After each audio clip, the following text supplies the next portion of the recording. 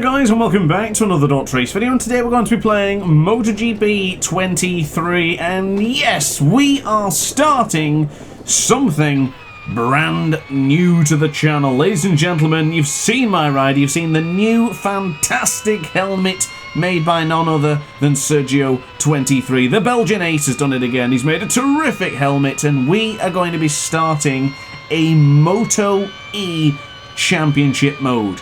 Now, do not panic, this is not replacing, I repeat, this is not replacing MotoGP 23's career mode. We will definitely continue our season, the third season of MotoGP season's career mode, but I just wanted to do this alongside. I really enjoyed my time with the Moto E bikes a few nights ago, then got the world record in Silverstone, and ever since then I've been itching to do more Moto E. So I thought, why not let it fly, give it a chance, and do a championship mode in Moto E. That would cover every single category in MotoGP 23. We would have done a full season on. Now, do not panic. Of course, the Moto E championship is not a long one, so if you're not a big fan of Moto E, I'd like to say, bear with me. Work with me on this. The last time I did a Moto E career mode or championship was in the last year's game, and it was fantastic.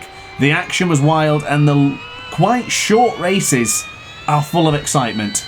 So, ladies and gentlemen, we're going to start the Moto E season mode very soon, and this is effectively my winter test. Of course, it's not quite as filled out as the MotoGP career mode. We're not going to be testing different bikes. I'm still going to be running the standard default setup and just changing the tyres throughout today's video, but it's better than nothing. We're going to use our imagination a little bit here today and just have a bit of fun with Moto E. I can already see that there's Moto E is not a favourite point for MotoGP fanatics, but as I say, it is really fun to play, and I just want you to give it a chance here from now on. So, today's point of view then, it's going to be a case of just testing out a couple of tyres here in Catalunya. We tried Silverstone a few days ago. I noticed that the soft tyre option was by far the best combination of tyres to work with if you want to get a good lap time. I haven't set a lap time here in Catalunya until now, so I don't know what the actual result will be regarding tyre combinations. So let's run a couple of soft option tyres, combination of both front and rear, and then we'll start to change it up as we go. One thing I will mention though is that the game actually recommends the hard front and the hard rear, but the last time I tried that in Silverstone, they were not good at all. So really keen to see what we're going to do here, really keen to get underway. Tomorrow video should be the actual test for MotoGP 23 Season 3. I don't know if I've already released the video yet and telling you what motorcycle I'm going to be running for the third season, so stay tuned for that. And of course, get subscribed if you haven't done so already, because there's some content coming soon which is not to be missed.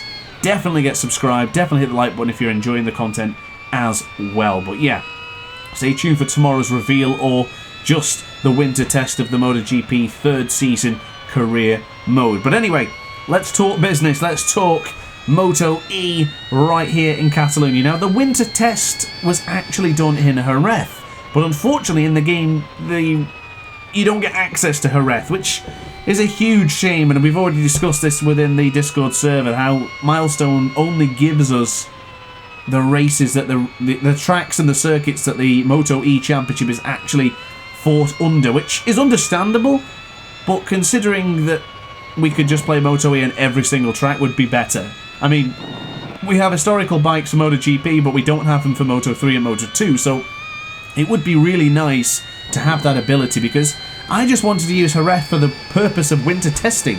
That's where they held the test with the Ducati V21Ls, and why not let it fly and let us use it in a testing situation? It would be absolutely magnificent. So for that reason, I decided to go for another Spanish circuit in the form of Catalunya. Now, I do really love this circuit, so I'm expecting big things when we come here in the championship mode very, very soon. But as I say, it's only going to be 8 videos. It's 2 races per track, and we only have 8 tracks to go to. So it's not going to be a very long championship, but it's going to make it extremely interesting, because if we have a fantastic weekend and dominate, then we're quids in for a good spot in the championship. But if we have a dreadful weekend, we start binning it every other corner, we could be looking at the back foot and we could be really struggling to win in the championship mode. And as I say, I'm expecting the action to be quite wild on the hardest difficulty in the game. Now on this lap it looks to be actually pretty good now. I know what you're thinking, you're probably looking at those rear tyre and the front tyre to be honest and thinking, how the hell are you improving with tyres like that? And well, the truth is that I don't think I've really reached my potential yet here in the Moto E, so for now it's just a case of me battling along and just trying to get used to the machines. The acceleration is so powerful, the torque from these Ducatis are fierce. So running Traction Control 1, a tyre that is about to explode, I'm really learning how to get more gentle but also to keep on pushing to maintain a good lap time. I think it's key to go down this route of having a tyre that is completely on fire and just keep pushing and pushing. I find that you really learn how to control the bike at its worst point. It's very much like that social media post where girls put on about not being able to be handled at their worst. You'll never be able to handle them at their best or something. I don't know, I don't really follow the social media trends, but I had seen that with a lot of girls I've been trying to woo in the past, and yeah, you may be familiar with that. If you are, then I feel sorry for you. And then any of the lads watching at home, I might have just offended your girlfriend with that analogy from many years ago. But anyway, ignoring that, that's the point of me trying to use tyres that are ready to explode here in Catalunya, because if we can get that feeling and it's the bike sliding, it's slipping and we're still doing well, then we should be good for when the AI begins to go mental and try and batter us around the circuit, because it's easy then just to get too eager on the power, start spinning up the rear and then launch yourself off into oblivion. The thing about Moto E is delicate control. It's so easy to accelerate, spin up the rear tyre, get it on fire, and then you'll be playing catch up for a long time. But you know what, we're actually on a pretty good lap here. Again, all things considered, with two very red tyres there, two tomatoes on the motorcycle right now, as we now go into Locatia for the fourth time of asking. Feeling quite good there. Braked a little bit earlier than expected. I'm going to go too tight. Oh, I could feel that. I felt it. Too tight. Well, that didn't quite go as expected, but we were looking at, again, another low 148 lap time. So in all things considered there, the first lap time was a good one because we had a decent amount of tyre without it being too warm. Now it's at optimal temperature. Let's compare what it would have been to those 3 lap times there compared to the next. Maybe we can get 2 more laps out of this, 3 laps, we'll see. Oh, as it goes, oh my god, that's just the smallest amount of power was added there, and the bike wanted to launch us. That was scary. Very, very scary, but we're okay. We're still actually gaining time compared to the best lap set early on, which was the 148.301 on the second lap of the very worn soft tyres. But into turn 4, and then we go into the Repsol corner. It's a corner here that I feel confident with, but I always question it as I come up to it, and that time around, I think I nailed it. We're up by 0.4 of a second. This could be the very first 147 lap time of the session.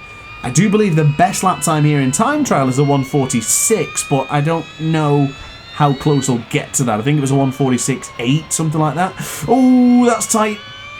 A little bit too tight to the apex there. Just trying to use a bit of brake just to close down the gap and make sure there's no understeer. But to be honest, that it's still not a bad lap time. We might not get the 147 anymore, but providing we nail the final couple of corners, I've got to say, how quickly do the soft option tyres here in Catalunya burn up?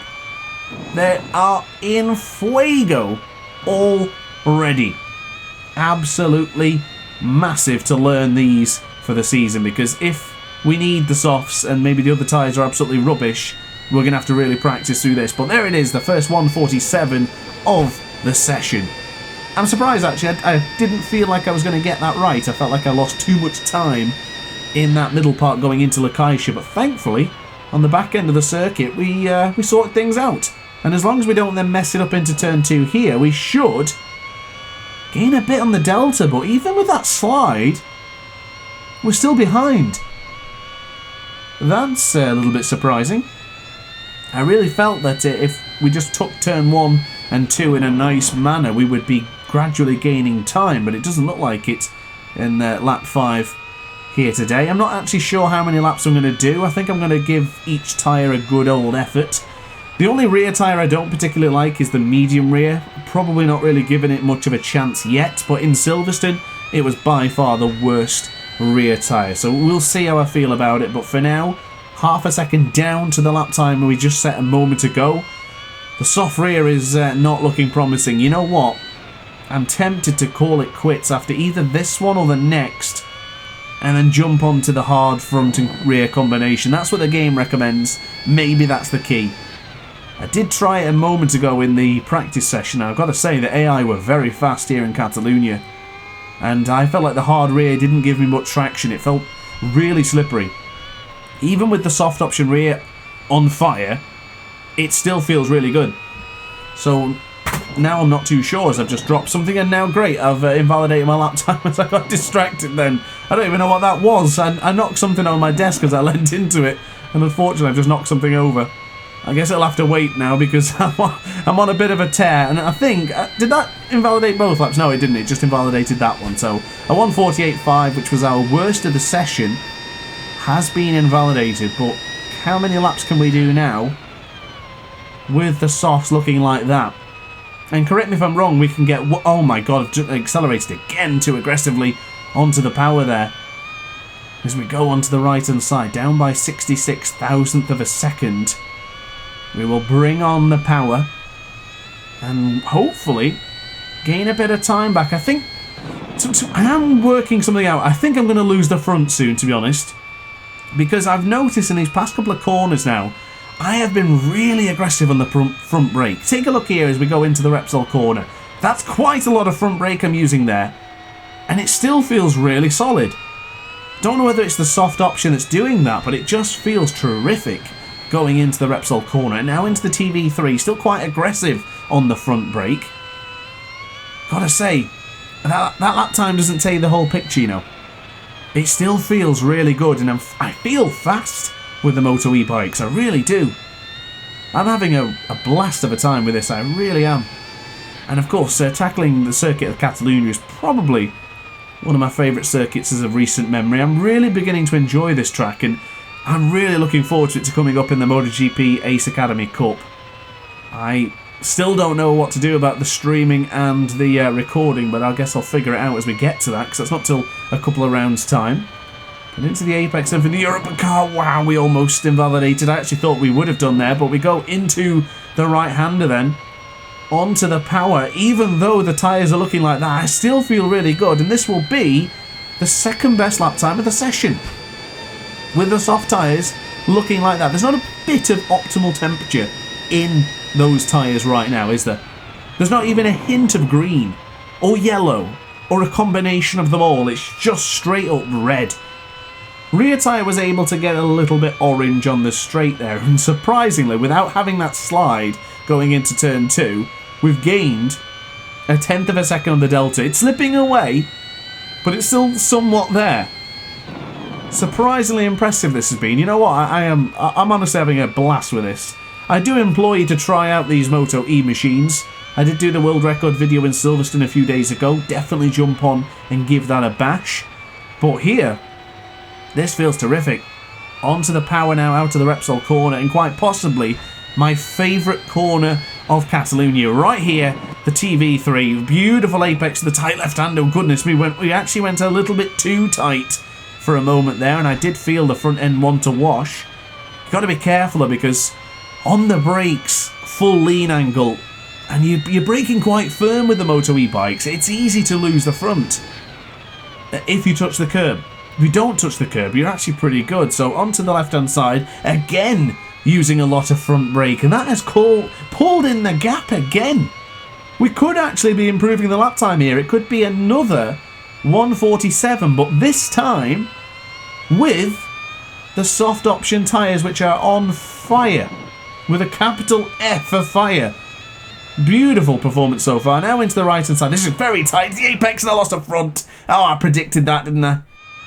Okay, didn't quite go as planned, that one, so let's change things up a bit. I'm worried that the video will get stale if I just keep on using the soft option combination. So the big question is, these are the recommended tyre options for this track. This bike, this track, is the hard options going to work well or not? Into the 11th corner, we were a little bit deep there, so I don't think it's fair to judge the delta yet. Good grip on the right-hand side of the tyre though, but it still feels a little bit slippery. This could simply be a placebo effect now, because this is a harder option tyre, so in theory, you should be able to be more aggressive. You should be able to really get on the power now without the rear tyre spinning up. However, I just don't feel as the same grip and comfortability. It's not stable. It feels loose compared to the soft rear. Even when the soft rear was extremely warm, I would say that still felt better than this hard option rear does right now. The lap times are predicting to be very close though, to be honest. Maybe the hard options need to get a bit more time on them. Get them a little bit warmer. I mean, is it optimal temperature? Bit warm on the right-hand side of the tyre now. We're definitely going to be seeing that a lot around here in Catalunya. Same can be said for the opposite side of the tyre as well. But into the left-hander. This is Lakaisha then for turn 10. Almost running off the circuit there and almost invalidating the lap. Bit deep there for the Bank Sabadell. We're not going to be able to get that tight apex now like I prefer to get. Delta's still looking positive. The lap time to beat was a 1:47.935, set just 3 laps ago. Onto the right-hander then for the final corner. Onto the power. The first time we're on the double hard combination across the line. It's a new, but no, it's not. It's the same. It's the identical lap time to lap number 4. It is a 1:47.935. Can we better it with the hard option combination? Oh, again, I don't like this hard option front. It just feels like there's less stopping power. Might be wrong. It could be just simply the feeling of the front end is obviously not soft, and it could definitely be a case of placebo. Just because it's harder doesn't mean I have to ride harder, and I think that's what I'm slightly doing subconsciously here. I can feel myself getting a bit aggressive with the throttle, being a bit more aggressive with the brakes as well, and I don't think that is actually working out, as that was extremely tight to the apex for the Repsol corner. And listen, oh, the bike, the Moto E machine screamed at me then. That's when you've got a pet that says no more. You might be, I don't know, like cuddling your pet too hard, and then maybe you're playing with them, and then the dog barks and says enough. You've stepped the boundary. That's exactly what we did there. Went too far, pushing my beloved rear tyre here in Catalunya. Went too far. I've got cats. I know what it means when you go too far with your cat. Start tickling him on the belly. Next thing you know, claws out. Oh my god, claws out. Crashed out. Goodness me. Well, that didn't quite go as planned. I guess my metaphor about annoying a cat sort of bit me back there, didn't it? It didn't quite work here in the time trial for Catalunya. So I decided to change a few things up. I did not like the medium rear. I just started the lap, immediately didn't like it. The medium rear went hotter than the soft within like half a lap. I didn't even bother trying to save that anymore, so I've gone back to the drawing board. We're running a medium front to maintain a decent pace on the front end, and then I've gone back to my beloved soft rear. I think that could be the key for solid lap times around here. It might be a combination of the hard and soft, but to be honest, I didn't really like the front end and the hard. I didn't like anything to do with the hard options, to be quite honest with you. I think I'd rather just run soft with a glowing red tyre than to entertain the double hard combination again. And already, granted, the soft tyre is looking beautiful. At least it was before it went rather brown and orange. I feel that this is a good combination. The medium front doesn't look to be getting too hot. A little bit on the left-hand side, but by the time we get back onto the left-hand side, which won't be till 2 corners time, in Lakaisha, it's going to be cooled down. And as you can see, perfect example, on the opposite side of the tyre, left-hand side of the medium front, beginning to cool down. So let's brake just after the shadow here into Lakaisha. Gentle upon the brakes somewhat, still pushing very much into the left-hand side. 0.4 of a second is the gap as it stands. This could be a new lap time here, and this is our first outing on the medium and soft combination. Didn't quite get the best of entrances going into the Bank Sabadell corner, and again a little bit deep there, caught on the curb. Listen to the Moto E machine scream. This is not going to be good after all. That's a damn shame. Is it going to be even an improvement? It's not. Wow. That is... oh, that's annoying. That's actually annoyed me, that is. I felt like I was on it, but getting caught on the curb there, we lost 0.3 of a second. The curbs in MotoGP 23 are deadly, but you don't need me to teach you about that. You definitely know how it feels to touch the curbs in MotoGP 23. So onto the power. We're not up anymore, and we're only down, but we're only down by 10.5. It's not that bad, but that soft option rear, look at the state. It's a one-lap jobby, isn't it? For qualifying here in this track, it's going to be out the pits, lap, in the pits, out, lap, in the pits. You get it, the 3-stop. Oh, look at the state of that. On to the power, too early again. Where's this aggression coming from with the acceleration here? That's not my style. We've got to be nice and calm, relaxed. Doing the acceleration like that, getting on the throttle like it's a Moto 3 machine is not the way to go. I don't think I would even do that with power setting 2 in a Moto 3 bike. Got to just ease off the throttle ever so slightly. But now into the turn 10 for Lakaisha. Wow, that was tight to the apex there, but it worked out. We gained a 10th. No, we didn't. Bit misleading going into Lakaisha, it seems. We had a 10th for going a bit deep, and then we immediately lost it. So into the final couple of corners, as you can see, the gap is still not bad with all things considered. We obviously made that small mistake in a moment ago, but to be honest, it's not bad race pace, is it? If we're going to be choosing this for a race and we're going to be churning out lap times with the soft rear, we're looking at 1:48.3s, 1:48.2s.